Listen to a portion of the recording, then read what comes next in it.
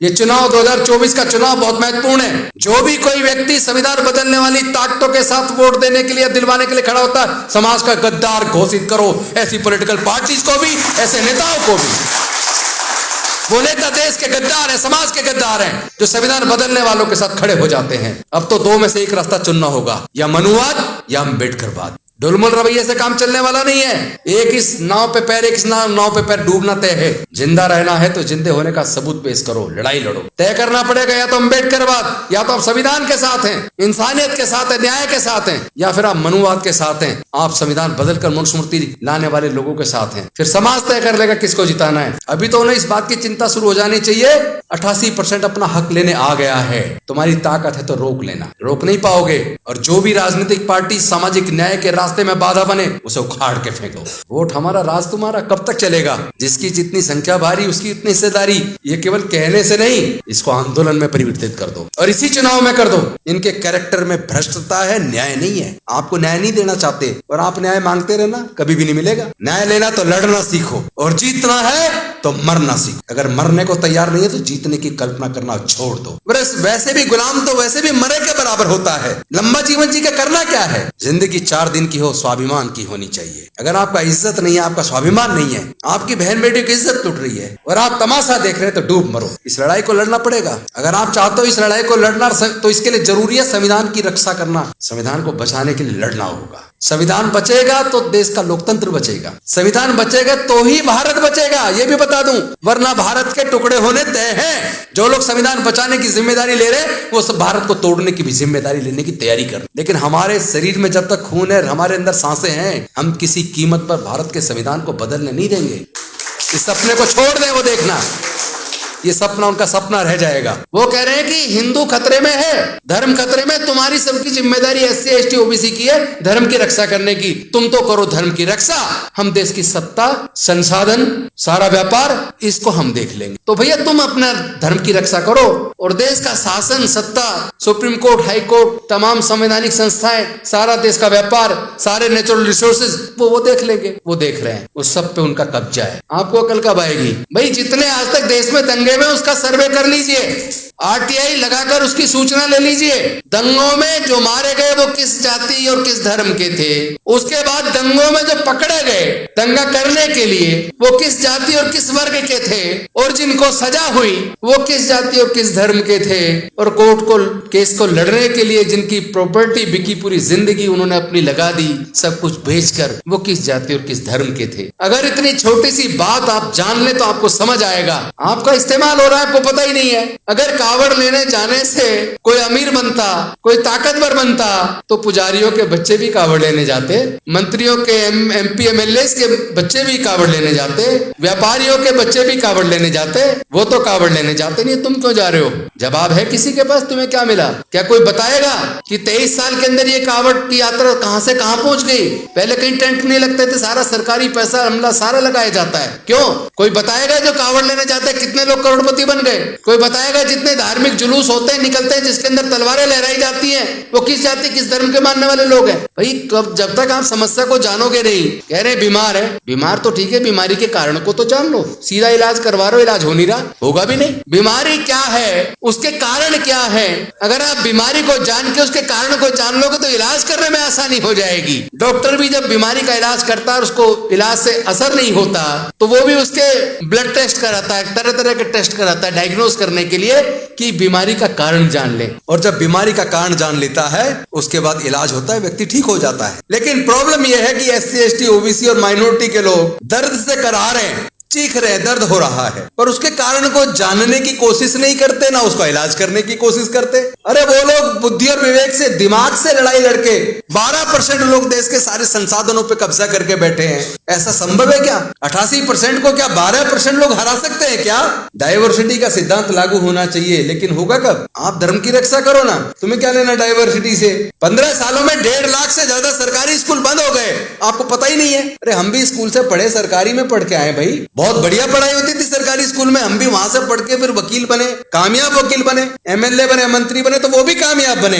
ऐसे नहीं बन के बैठ के आता जाता कुछ नहीं है। पढ़ना पड़ता, अध्ययन करना पड़ता, सच को जानना होता है। आप पढ़ेंगे नहीं, जानेंगे नहीं सच को, आंख मीच के लड़ाई लड़ रहे हैं। अरे कभी तो सोचो, जब हम सरकारी स्कूलों में पढ़ते थे, सारे सरकारी स्कूल होते थे, प्राइवेट होते नहीं थे, पढ़ाई का स्तर एक जैसा था, टीचर करता तो था भेदभाव। जैसे मैं आगे सीट पे बैठ के तो मुझे उठा के पीछे बिठा देता था, अपने बच्चों को आगे बिठा देता था, पक्षपात तो होता था। लेकिन ब्लैक बोर्ड पर जब वो चौक लेकर पढ़ाता तो सबको एक जैसा था ना। जिसके अंदर दम होता था वो डॉक्टर अम्बेडकर बन जाता।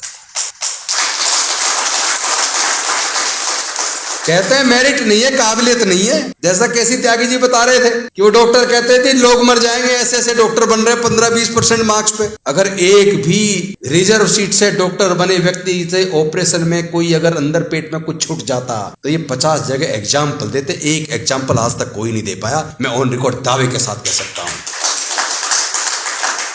एक भी पुल जितने गिर रहे हैं, अगर उस पुल को बनाने का इंजीनियर इंचार्ज अगर कोई ऐसी होता तो अखबारों में ऊपर मोटे मोटे शब्दों में नाम छपा होता कि कोटे से चुन के आ गए और देखो इनमें काबिलियत नहीं है, देखो ये ब्रिज गिर गया। ये जितने पुल गिर रहे हैं, जितने ऑपरेशन में अंदर कुछ छूट रहा है, ये वही कैपिटेशन की, वही जो अपने आप को सोकोल्ड अपर कास्ट बोलते हैं ना, ये सब उनकी वजह से हो रहा है। वही शामिल है, उन्हीं के ऑपरेशन फेल होते हैं, उन्हीं के बनाए पुल गिरते हैं, क्योंकि भ्रष्ट लोग हैं। मेन स्ट्रीम मीडिया जिसको गोदी मीडिया कहते हैं, बेसिकली वो बीजेपी के प्रवक्ता है। उन्हें देखना बंद करो, मैं कितने बार कह चुका हूं, उन्हें मत देखो, क्योंकि उनका काम, उनको एजेंडा, उनको पैसा इसीलिए दिया जा रहा है कि तुम्हें तो केवल महिमा मंडन बीजेपी और उनके नेताओं का करना है, उसको किसी भी तरह सत्ता में वो बने रहें। लेकिन वो जितनी मर्जी ताकत लगा ले, 2024 में 200 से नीचे आ जाएंगे, ये हम आपको बता रहे हैं आज। वो जितने सारे पूंजीपतियों के साथ लगा लेना, अपने सारे मीडिया, मेन स्ट्रीम मीडिया को लगा लेना, हम भी इधर पूरी तरीके से दंड बैठक लगा कर तैयार हैं। इस बार 2024 में 200 से नीचे लाना उन्हें, और अपनी लड़ाई, हमें कोई ये भी नहीं है कि भाई कांग्रेस आए कौन आए, 27 से मुझे लेना देना नहीं है, कुछ भी कौन आए, बस संविधान को बचाने के लिए इस एनडीए को हराना जरूरी है। इसके बाद दूसरी लड़ाई भी शुरू होगी, उसकी भी तैयारी कर लेना। जब ये एनडीए हारेगा और इंडिया की सरकार बनेगी, फिर जिस सामाजिक न्याय की को मुद्दा बना के हम उनको ताकत देने वाले हैं ना, उसको लागू करवाना इतना आसान नहीं होगा। जो लोग कह रहे हैं हमने 2011 में जातिगत जनगणना करवाई थी, मैं पूछना चाहता हूं उसके आंकड़े जाहिर क्यों नहीं किए? कौन जिम्मेदार था? 1992 में जब सुप्रीम कोर्ट की जजमेंट आ गई मंडल कमीशन पर Indira Sahni versus university case में, उसको नोटिफिकेशन करने में 1 साल क्यों लगा? ईडब्ल्यूएस में तो 1 दिन में कर दिया, तुमने क्यों 1 साल लगाया? जातिगत जनगणना के आंकड़े जारी क्यों नहीं किए तुमने? तुम्हें भी बताना पड़ेगा। लेकिन फिर भी हम उन सब बात को भूलने को तैयार हैं, क्योंकि सामाजिक न्याय की लड़ाई और देश के संविधान और लोकतंत्र को बचाने की लड़ाई ज्यादा बड़ी है। तुम्हें तो हम बाद में देख लेंगे, तुम्हें बाद में देख लेंगे हम।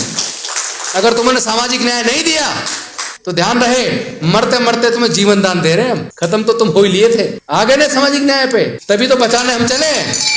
तो हम तुम्हें बचाने का वादा कर रहे हैं, तुम्हें सत्ता देने का भी वादा कर रहे हैं, लेकिन तुम अपना वादा सामाजिक न्याय देने का भूल मत जाना। मैं एक बात पूछना चाहता हूँ, 1951 में काका कालेलकर आयोग बना, पिछड़े वर्गों को रिजर्वेशन देने के लिए उसकी रिपोर्ट आई, खत्ते में चली गई। फिर लगभग 1978 में बना, मंडल जी के नेतृत्व में, उसकी भी रिपोर्ट आई और खत्ते में चली गई। 7 अगस्त 1990 को घोषणा तो हुई, बीपी सिंह जी ने घोषणा की लागू करने की, लेकिन घोषणा करने से पहले 10-20 दिन प्रचार ये भी करवा देते किसको दिया जा रहा है, किसके लिए, क्यों है। पूरे देश में जो आगजनी हुई, जो सार्वजनिक संपत्ति फूंकी गई, इतना विरोध झेलना पड़ा, सारा का सारा विरोध SC ST लोगों ने झेला, और विरोध करने वाले OBC, जिनके लिए मंडल कमीशन की सिफारिश से लागू हुई, वही लोग आगजनी में और पूरे देश को बंद करने में शामिल। अगर वो सरकार उस वक्त ये बता देती कि ये SC ST का नहीं बढ़ाया जा रहा, ये पिछड़े वर्गों को भी न्याय मिले, उसमें कौन कौन सी जातियां, अगर इसको भी ढंग से वो थोड़ा प्रचार कर देते तो किसी की ताकत नहीं थी VP सिंह जी की सरकार को गिराने। लेकिन इसके बाद देखो खेल क्या हुआ। 7 अगस्त 1990 को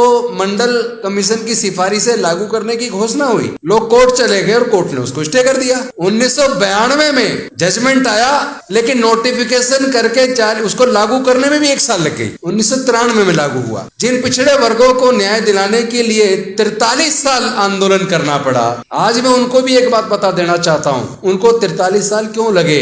आपने कभी सुना कि अभी EWS की रिजर्वेशन की कहीं यही मांग सुनी आपने? कहीं आपने सुनी हो गरीब ब्राह्मणों ने, गरीब बनियों ने, गरीब ठाकुरों ने, गरीब कायस्थ ने ये डिमांड की हो कि ईडब्ल्यूएस लागू करो, हमें रिजर्वेशन दो?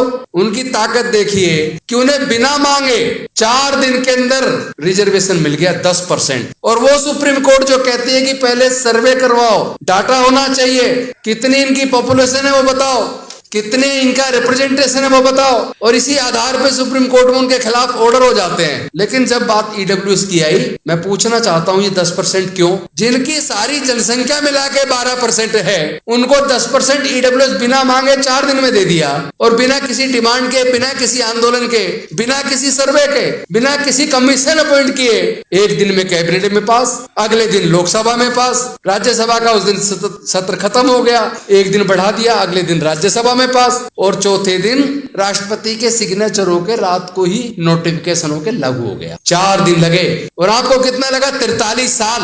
आपको फर्क समझ में नहीं आ रहा क्या? ऐसा क्यों हो रहा है भाई? उसका कारण है।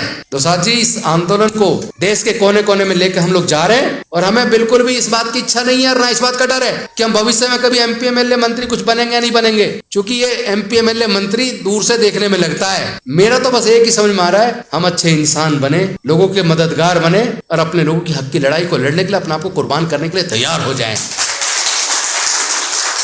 एक सच्चा अम्बेडकरवादी कई एमएलए एमपी मंत्रियों से भारी होता है। तो हमारी तो कोशिश ये चले हम सच्चे अम्बेडकरवादी बन जाएं, बस सब कुछ पा लिया, और कुछ नहीं चाहिए। जीना जलील होकर दोजख से कम नहीं, और इज्जत से अगर जान जाए तो वो भी गम नहीं। बस इन शब्दों के साथ कि आप इसको एक भाषण के तौर बना लें, ये मेरे दिल की भावना है। मैं मर सकता हूँ, ना कभी बिकूंगा, ना कभी झुकूंगा, ना कभी डरूंगा।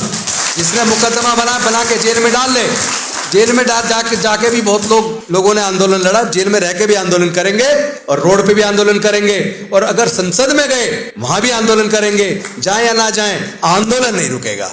इन्हीं शब्दों के साथ बहुत बहुत धन्यवाद। नमो बुद्धाय, जय भीम, जय भारत।